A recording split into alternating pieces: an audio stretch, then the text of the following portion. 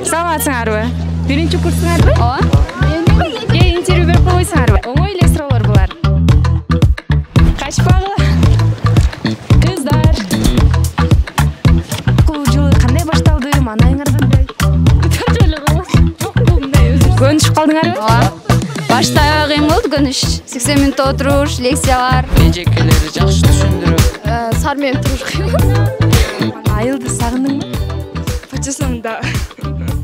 Ушул жерден билим алып, бизге окшогон кичинекей балдарды жакшы окутуу. Айылдан эми биз окуйм деген ниетибиз менен келдикпи? Эми биз окушубуз керек, ошого жетип, аракет кылышыбыз керек. Кудай кааласа баары болот. Биринчи курстар ийгилик.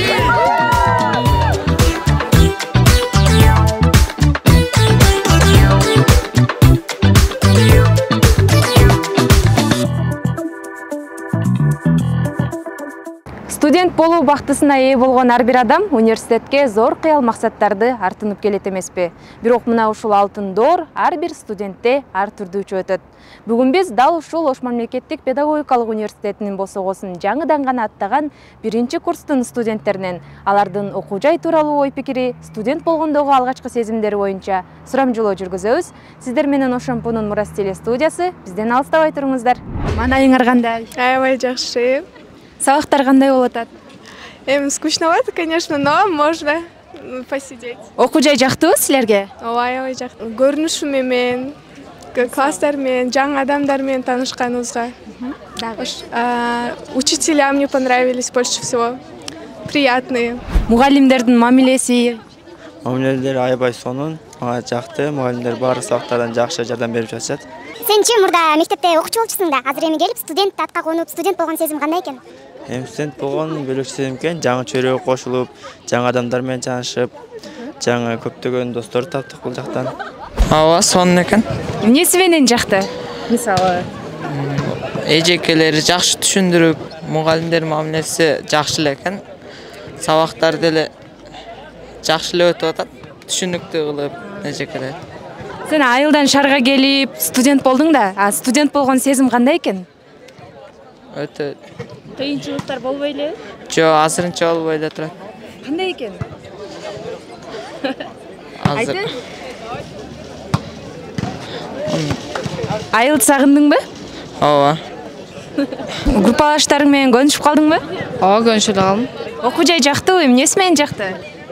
Баары эле жакты. Мисалы, айтыр кеңири ачы. Эжекелер жакшы экен. Дагы? Кең жер экен.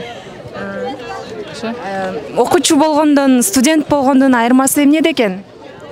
Окуучулук эжекелердин билиминде чектелесиң, бул жакта өзүң дагы кош изденет экенсиң. Сабактар кандай болуп атат? Жакшы. Көнүшүп калдыңарбы? Ооба. Башта аябай кыйын болду көнүш. 80 мүнөт отуруш, лекциялар. Анан бара-бара көнүп калдык. Окуу жай жактыбы? Эмнеси менен жакты? Окуу жай билими күчтүү.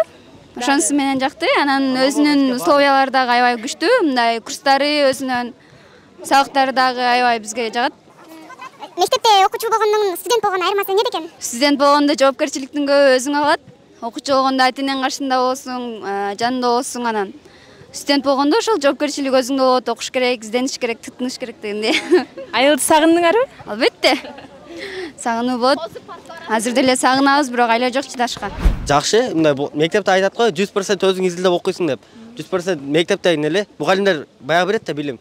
Бул жерде 30% мугалимдер берет, 70% өзүң издеп табасың да, ошонусу жакшы да. Окуу жай эмнеси менен жакты? Заманбап бардыгы, электрондук доскалар бар, мугалимдер билимдерден күчтүү экен. Кыйынчылыктар болду. Өзүң 30% багыт көрсөтүң, калгандарын өзүң изилейт экенсиң. Сар менен туруш кыйын. Анан 90 мүнөт отуруп кыйналып кетет экенсиң. 45 мүнөт отурар, 90 мүнөттөгө эми үйрөнүп атабыз. Студенттин кыялы эмне? Сен эмнени кыялданасың алдыда? Келечекте бир ишке кирип, билебиз ата-энебизди камсыздап, жакшы ишкер болду. Окуу жайга көнүшүп калдыңарбы? Окуулар кандай болуп атат, сабактар? Башында келгенде эметип жүргөнбүз, тааныша албай. Мына 2 жума өттү, арадан жакшы көнүшүп калдык. Мугалимдер жакшы экен, биринчиден берген сабактары жакшы. Бир күндө канча акча көрөтүп атасыңар? Бир күндө шаарга келгенден бери көп көрөтүп атабыз, чынында ар кандай болот. Мисалы айтканда 500дөн өтүп калса. Бир күндө 500. Бир күндө ондой эмес, кээ биринде 200ге кетирет, кээ биринде 100 сомдон кетирет. бирок жакын адам дагы бар. 100 сомдон 200 сомдон кетишсе мүмкүн дейбиз. Менде 50 сомдон эле кетип атат күнүнө. Азыркы студенттин силердин кыялыңар эмне? Биздин кыялыбыз ушул жерден өзүбүздү таап, татыктуу билим алып кетүү. Ушул жерден билим алып, бизге окшогон кичинекей балдарды жакшы окутуу. Биз группалашпыз, анан кийин биздин кесибиз башталгыч класс БКда. Анан ошого биз кичинекей өзүбүздүн кыялыбыз бар, кичинебизден бери ошого тапшырабыз деп аткан. Ошо кыялыбызга жеттик. Айылды сагындыңарбы? Айылды ооба сагындык, кеде сагынып эсеп коюп жүрөбүз классташтарыбызды. Окуу жай жакты, мугалимдердин баары мындай мамилеси жакшы, сабактарды жакшы өтүп, мындай баары жакшы экен. Студент болгон негизи эле мектепте 45 мүнөт отурсак, бул жакта 80 мүнөт, анан ошондой эле мындай студент деген бул чоң жашоого кадам таштаганыбыздын эң алгачкысы болгондуктан ошол шаарда эми биз көпчүлүгүбүз айылдан келип, ошол шаарга акырындан көнүшүп, анан студент деген бул өзү изилденүүчү болуп, өз ара изилдешип, мектептегиден өтө эле мындай башкача деңгээлдер менен сабак өтүлөт. Ошо кыйынчылыктар болбой элеби? Болот, эми көп деле эмес да. Кыйынчылыктар ошол 80 мүнөт отурганга бир аз көнүшө албай, анан эртең менен мисалы узактан келебиз, биз көбүбүзчү. Ошо узактан келген троллейбуста тыгындар көбүрөөк. Эмне үчүн ушул мугалимдикти тандадың? Негизи кичинекей эле мындай балдарга сабак бергим келет. Анан мугалимдин орду дайыма эле бийик турат демекчи, ошол ордумду бийигирээк коюп, жашоодо өз ордумду тапкан үчүн. Эмне үчүн мугалимдикти тандадың? Мугалимдикке үйдөгүлөрдүн каалоосу менен эле өзүм каалабам. Эми студент окуучу кезде биз эми жоопкерчилик полный өзүбүздө эмес эле да. Эми бардык нерсе өзүбүздүн мойнубузда да. Жоопкерчиликти алып уже чоң адамдай сезип өзүбүздү. Ошол өзүбүз мындай жекече жашоого уже кириштик да, мындай айтканда.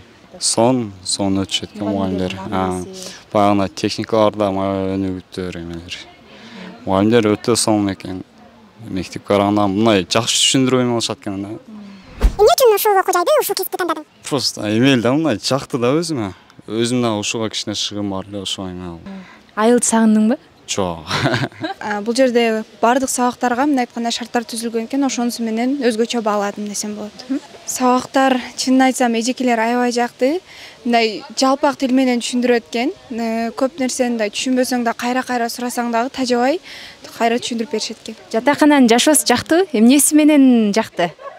Ооба, көбүнчө эми өзүңө жакшы адамдар таба билет экенсиң, анан өзүңчө жашаганды дагы үйрөнө билет экенсиң, ошонусу менен да жакты.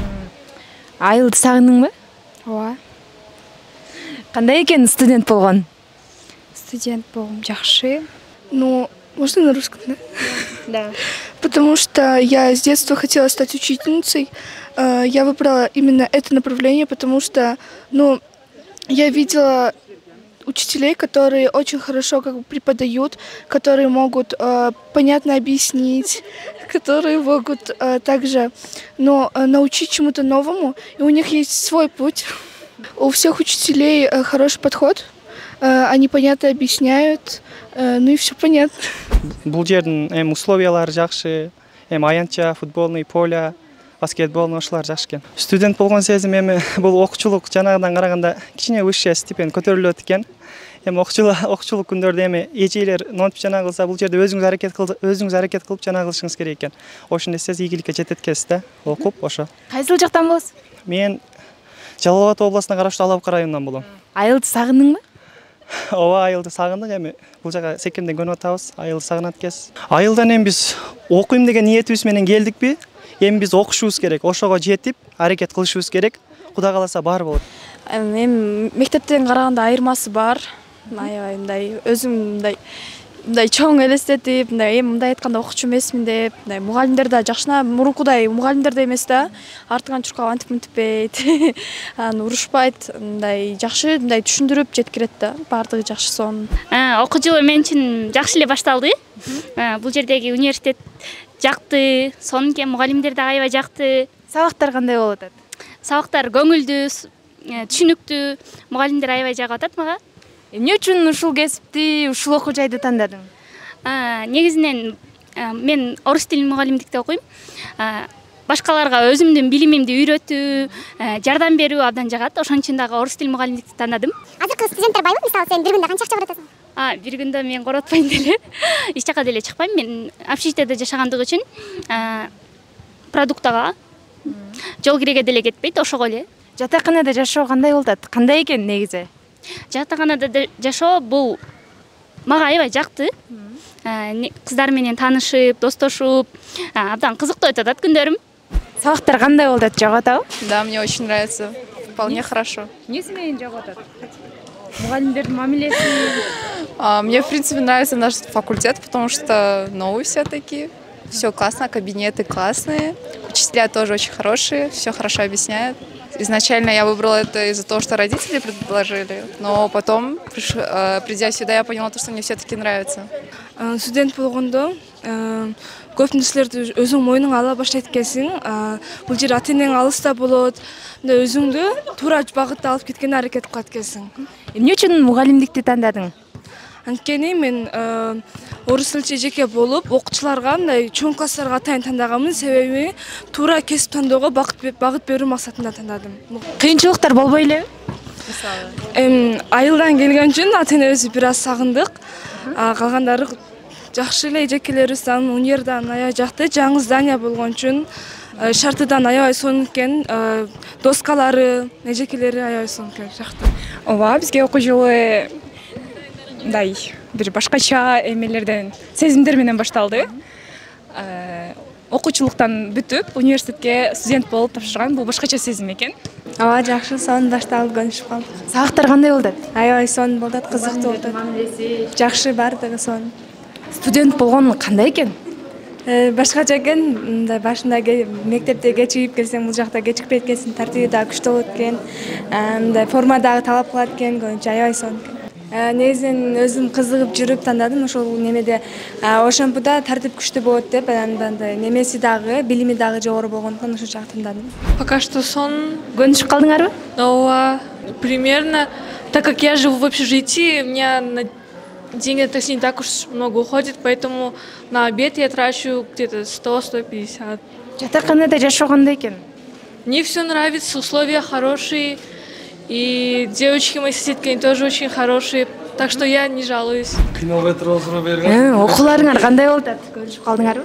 Кудайга шүгүр болот. Сабактар кандай болот? Бойдогудай эле буюрса. Эмне үчүн ушул окуу жайды тандадыңар? Бул жер тандагандын себеби деги эле Ош облусу боюнча, мына Кыргызстан боюнча мыкты адистерди, мугалимдерди ушул жерден неме кылат, даярдап чыгышат. Менин тандоом ушул болду, себеп Миражи мугалим ушул жерде. Негизи бул жакта студенттер өзгөчө экен. Мага жакты, көптөгөн оюн согук эмелери болуп, кызыктуу күндөр өтүп атат. Студенттик болгон өзү башкача бир сезим экен. Жашоосунда биринчи чоңойгон бир өзүбүз ата энеден алыс чыгып жашап, баары башкача сезимде. Сон десек болот. Азыркы студенттер байбы? Мисалы, сен бир күндө канча акча коротосуң? 300-500. 300. 200. Примерно 300. Мен чындыгын айтайын, мен акча коротпойм. Жөө басып жөө келем, ошол. Үйгө барып тамак. Ооба, үйгө барып тамактанам, үйдө. Я сейчас трачу чисто на проезд и все. Минимум 300, максимум 700. Бир күндө 1500. Мен барып келген жол көрөм, бир 500 сомдой кетет күн. Сагачы? Андан 700 кетет. Кымбат го? Сендечи? Тамак аш, жол киреге кеткен бир 250-300 сом эле. Айылды сагындыңарбы? Ооба, бир аз сагыныч бар. Ооба. Жүрөгүмдө болсо керек жактыруу жарык жолго чыгат ошол аркылуу. Оомат менен дөөлөт гана коштогон Ошемпу сенде окугандар бактылуу демекчи. Биз бүгүнкү көрсөтүүнү студенттердин жогорудагыдай жооптору менен жыйынтыктайбыз. Сиздер менен Ошемпунун Мурас телестудиясы болду. Кийинки берүүдөн жолугушканча аман туруңуздар.